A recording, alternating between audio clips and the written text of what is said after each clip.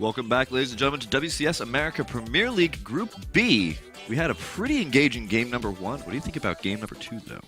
Game number 2 could really go either way. I mean, in that first game, Violet put such a strong timing together and really did 2 baitings that took out all Scarlet's. Such a key moment there. He really knew exactly what to prioritize there, knew exactly where to send every unit, what to focus down. And what I really love is when he followed through with the next 8 baitings, he didn't go for a drones. He knew that once he kills the spines, the drones are all going to die anyway to the roaches. So drones not that powerful of units against roaches. That's right. So the spine crawlers were really the only threat there. And, you know, like a natural animal, go for the highest threat first.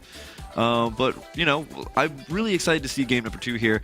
You know, Scarlett went for a very high-tech build, tried to get the Spire out as soon as possible.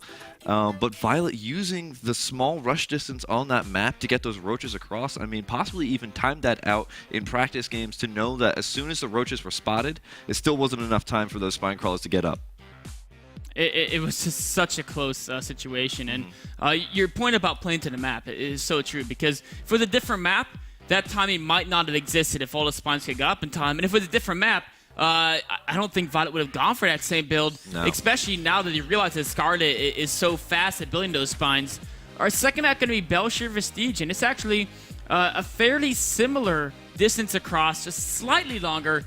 But, I mean, StarCraft's the game of seconds. A few extra seconds across that map could make the difference, and Violet may not choose that same build.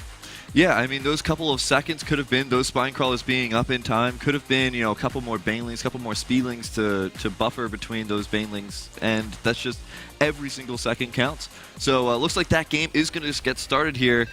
So let's get on into game number 2 here of Scarlett versus Violet.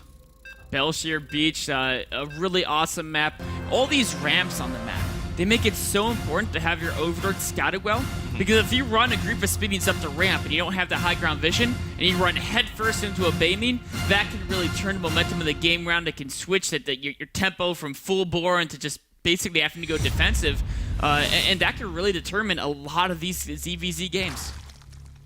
So let's get into the players and positions on the map. Spawning down here in the bottom right-hand corner, our blue Zerg player from Team Azubu, it is Violet.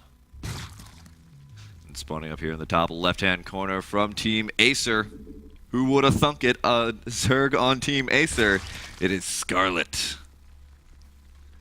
This is the battle of the prefix let. And we have Violet and Scarlett. They're both playing Zerg as well. I wonder if Zergs have a tendency to go for the let suffix. Scarlett with a little bit of creativity with the double T ending. Ah, yes. Of course, so... The double T ending, very, very rare to see. It is. It's not but exciting. It's an exciting, you know, to see in this StarCraft, in this professional atmosphere, to see the double T ending. I think it really brings a lot of unique value to this game. It really does. It really does. Both overlords you can see, again, similar to last game. They're not going to cross paths because you don't want to send your overlord straight to your opponent's main. You instead want to go right for the natural expansion, find out the hatchery timing, which tells you the gas timing. Also, you can see any Zerglings crossing the map towards your base. Now, once again, Violet going to be going for spawning pool first here on 15, whereas Scarlett going to go for the 16 hatch. So, both of these players pretty happy to go with the same exact openings as last time. It's whether or not I think Scarlett's going to go for the high-tech build. I think on this map, you know, maybe she feels she's got a little bit of a longer rush distance. She has more of a chance to get a scout off, if any type of huge aggression of roaches from Violet yet again. But who knows? This is game number 2. You know, this is match point. If she loses here, then she's going to have to go off and fight Oz versus Oz or State. Again. This map, you know, one of the characteristics of it, I've seen Leanlock especially, he loves to do the mass baiting, speeding type, you know, hatch tech aggression. Well, he likes to do that on every map. But this map is actually really good for it because it's not as easy to really get a defensive wall set up here. You know, if you're trying to use Evolution Chamber spine crawlers, the natural is slightly more exposed than it would be on some other maps. So we may see one of the players opt for that type of aggression. And yeah, so I mean, it's just like last match. There's not that much of a difference here between their two timings. Queen coming out a little bit earlier here for Violet, whereas Scarlett's is a little bit farther behind just because of that spawning pool timing. Of course, Scarlett slightly faster on the second Queen. as well as having a little more larva from that hatch first. So it's going to be very, very even. In this game, actually, both players having almost exactly the same gas time, and only a difference of 4 gas there with their mining. So speed's going to be pretty much identical with these players, assuming, yeah, both players started the instant they get that 100 gas. And there's, a little bit of a chase there. Oh, there was a chase between a blue and a red Overlord, but unfortunately, it stopped. The blue Overlord just gave up. He was falling too far behind. He's breathing kind of heavy. He's winded. Yeah. He came all the way across the map. That other Overlord, it's a pretty new Overlord. He's pretty good to go. But the stamina on this Overlord's been waning. He's a pretty old Overlord. Scarlett sending one of those queens out to poke at that over a little bit, saying, get back there. I don't want to let you see everything I'm doing. Of course, wants to hustle back to get that next inject. You don't want to miss any timing on those injects. Actually, oh no, not going for the inject. Instead going to try to get an Overlord kill here. 2 queens, 1 from each direction. Oh, and that Overlord is hightailing it, trying to get out of there, but unfortunately, it's gonna go down to the last second. You know, if she didn't send that second queen, it would have gone away. Yeah. And now, saying, okay, I missed my inject timing because I went to kill that Overlord. So I'm going to go plant a creep tumor. First, a creep tumor will allow the queens to get to their ramp faster. And against any type of early aggression, getting to the ramp and potentially blocking it off with double queens can be an important part of your defense. So Speedling has just finished up here for Violet, now moving across the map with a couple of Speedlings to go scout around. Meanwhile, Speedling has been up for Scarlett for a little bit longer. I think, if I was looking at that correctly. Both players going up to 4 gas. Both of them also grabbing Lair. So definitely we're going to see Muta on Muta action here. Of course, Scarlett was doing this exact same build last game. Violet, though, last game went for that Roach baiting attack, and it did lead him to victory. This game saying, you know what? I don't think it's going to give it to me one more time, so I'm going to go back to more standard play. 2 baitings of Violet's being caught. And wow. Doesn't cancel the second one. Actually lets it finish and kill those 2 Zergling. A good trade for Scarlett, though. 1 baiting cancel and a Zergling kill, plus a baiting kill for just 2 Zerglings. Now, important note right now is that Scarlett is 100 Vespine gas ahead of Violet right now. They're both going for Spire. More baitings are vulnerable. Actually, she's going to go for the drone, delaying the 3rd base of Violet.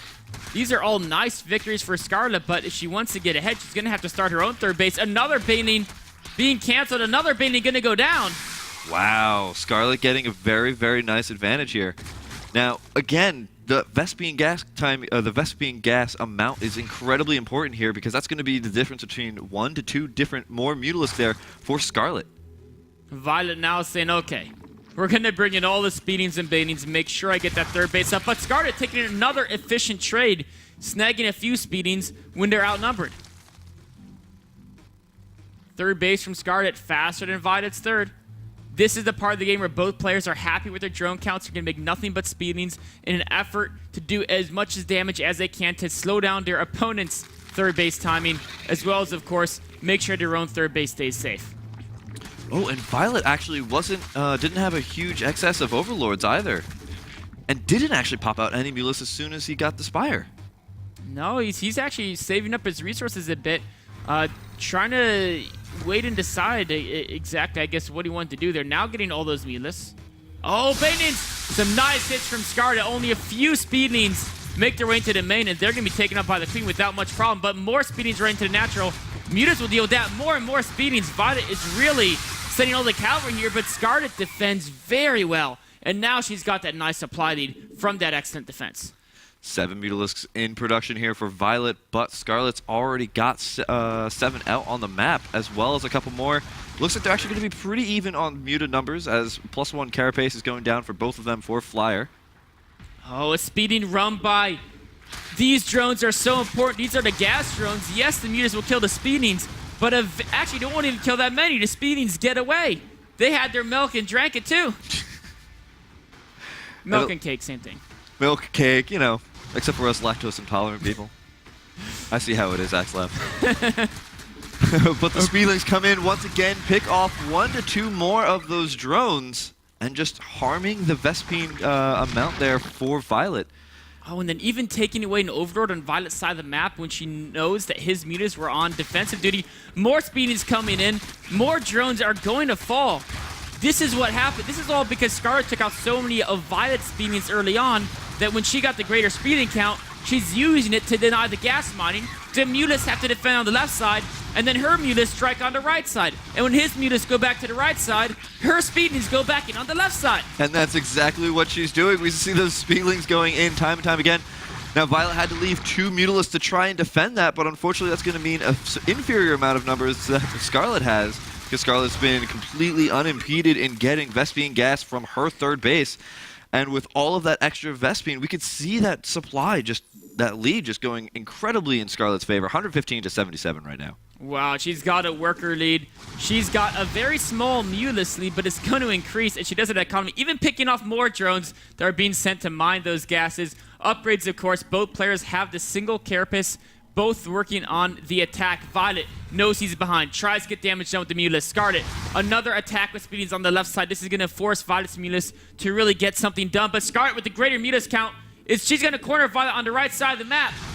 And here she goes, going to take out possibly one. No, looks like she's going to back off the last second. Mutalisk, of course, having the same exact speed between the two of them. If you're not reaching them already, you're not going to reach them until they stop. Coming in here, taking out a lot of Overlords, and actually Violet's pretty starved in minerals as well, and there's just the GG. Scarlett with some incredibly smart play there. What a beautiful game by Scarlett there. It all started out with just a great defense. Violet tried to run speedings everywhere. Scarlett literally had one baiting on every potential path the speedings could run up, and every single one got taken out, and then Scarlett took that advantage, denied the gas of Violet, gave her that win. And that was some really smart play. Of course, you always want to try and make your opponent choose the lesser of 2 evils, but when they're both evils, it's still not going to go well for you as the opponent trying to fend that off. We're going to get on into game number 3 here. This is 1-1 of Scarlett versus Violet. And so stay tuned. This is WCS America Premier League Group B. We'll be right back.